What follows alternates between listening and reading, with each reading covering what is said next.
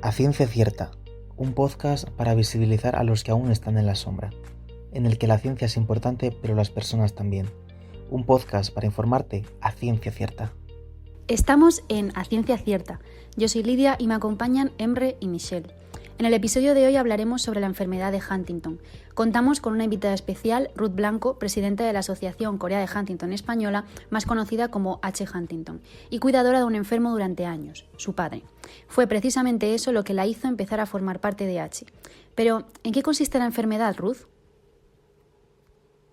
La enfermedad de Huntington es una enfermedad neurodegenerativa, hereditaria, que para que te puedas hacer un poquito la idea sería como si en una misma patología mezcláramos la sintomatología propia del Alzheimer, del Parkinson, de la ELA y de la esquizofrenia. Si hacemos un batido con todas esas enfermedades podría salir la enfermedad de Huntington. Tiene alteraciones conductuales, alteraciones cognitivas y un deterioro físico que va haciendo que progresivamente la persona pues pierda sus capacidades en todos los ámbitos. Claro, además es que al ser hereditaria, los hijos de los pacientes tienen un 50% de posibilidades de desarrollarla, pudiendo aparecer entre los 35 y los 55 años, más o menos. Pero también puede aparecer mucho antes, con la variante infantil y juvenil, aunque menos mal que son casos excepcionales. Pero estamos hablando de una enfermedad que es muy larga. De hecho, la principal diferencia con la ELA es precisamente la esperanza de vida, que en el caso de la enfermedad de Corea de Huntington puede llegar hasta los 25 años. Y que claro, que si se inicia más tarde, pues más años viven estas personas.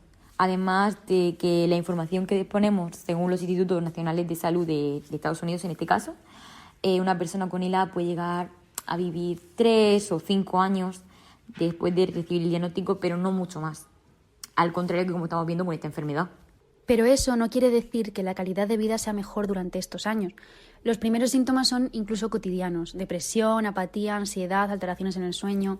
Y claro, ¿quién no conoce a una persona con estos síntomas, no? Lo malo además es que muchas de las familias que tienen la enfermedad no saben lo que es porque son los primeros en su familia o incluso porque no se ha diagnosticado correctamente en algún familiar cercano. Después de los primeros 5 o 10 años empiezan los síntomas conductuales. Efectivamente, antiguamente se llamaba coloquialmente baile de San Vito por los movimientos involuntarios, problemas de equilibrio y coordinación que aparecen más adelante.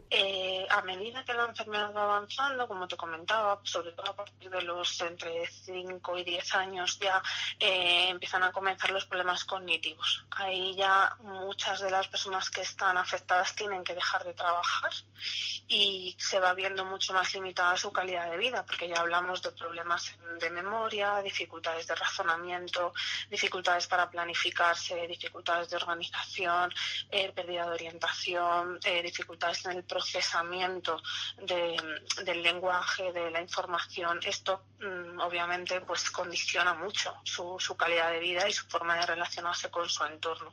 Además que es que en la última etapa el paciente ya necesita un apoyo constante de una tercera persona por el deterioro tanto cognitivo como físico. Y es algo que me parece increíble, cómo un resultado positivo puede llegar a cambiar tu vida para siempre. De un momento a otro tienes que hacerle frente a una nueva realidad, tienes que adaptar tu estilo de vida y en muchas ocasiones el de las personas de tu entorno. De hecho, es que aquí en España tenemos una asociación que es H. Huntington, que lleva 34 años acompañando tanto a los pacientes como a sus familias en España. Y claro, pues para acompañarles en esa adaptación, pues apoyándolos con terapias y sobre todo, pues claro, con muchísima paciencia. No solo la calidad de vida del paciente que sufre la enfermedad, sino condiciona de una manera tremenda la calidad de vida de los cuidadores principales o familiares más directos.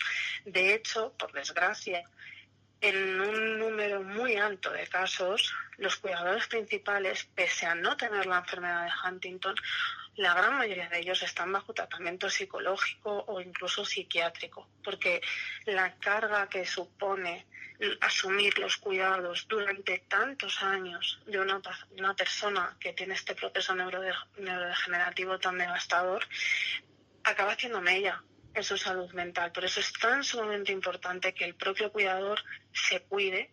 Así es, la Asociación Corea de Huntington Española es una entidad fundada en 1989 con el objetivo de ayudar a afrontar ese resultado positivo del que hablabas. Es una entidad con pocos recursos que basa su trabajo en la ayuda de voluntarios que trabajan de manera altruista y de profesionales. Ruth, ¿qué te llevó a unirte a la asociación? Pues llegué a la asociación porque mi padre fue diagnosticado de la enfermedad de Huntington cuando yo tenía 16 años. En ese momento corría el año 2000, no había internet en casa, no había ninguna manera de afrontar esta situación y yo me vi sola ante el peligro, por así decirlo. Además, bueno, yo soy hija única, mis padres se acabaron separando por causa de la enfermedad de Huntington y lo pasé tan mal, me sentí tan sumamente sola en ese proceso que cuando ya mi padre falleció sentía que todo el problema que yo había tenido que vivir sola, no habría servido de nada si no podía tener la oportunidad de utilizarlo para ayudar a otras familias a que por lo menos se sintieran menos solas.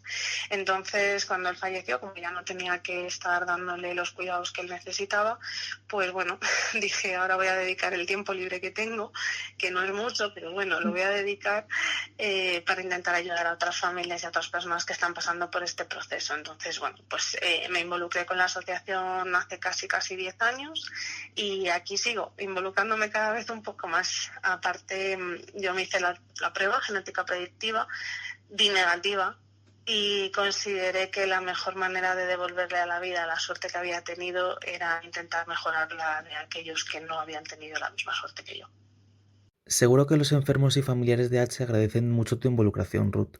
Sabemos que en España hay cerca de 4.000 casos y también que 1 de cada 10.000 personas en el mundo padece de esta enfermedad. La investigación científica siempre está en movimiento, pero muchas veces no es suficiente.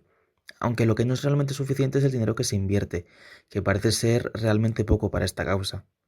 ¿Cómo ves el presente y el futuro de la investigación para la enfermedad?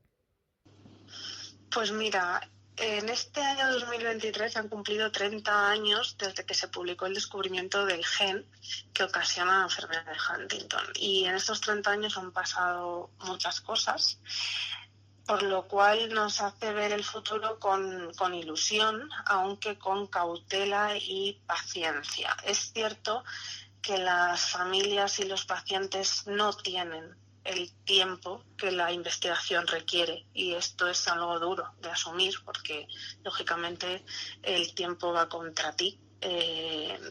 Pero sí que es verdad que para ser una enfermedad minoritaria, una patología considerada de las raras, hay muchísima investigación. O sea, es increíble el aumento exponencial que ha habido de compañías farmacéuticas, laboratorios, grupos de trabajo, grupos de investigación que están dedicando todo su esfuerzo, dedicando horas y horas de trabajo, muchísimo dinero y muchísimos proyectos de investigación para intentar buscar un tratamiento efectivo para la enfermedad de Huntington.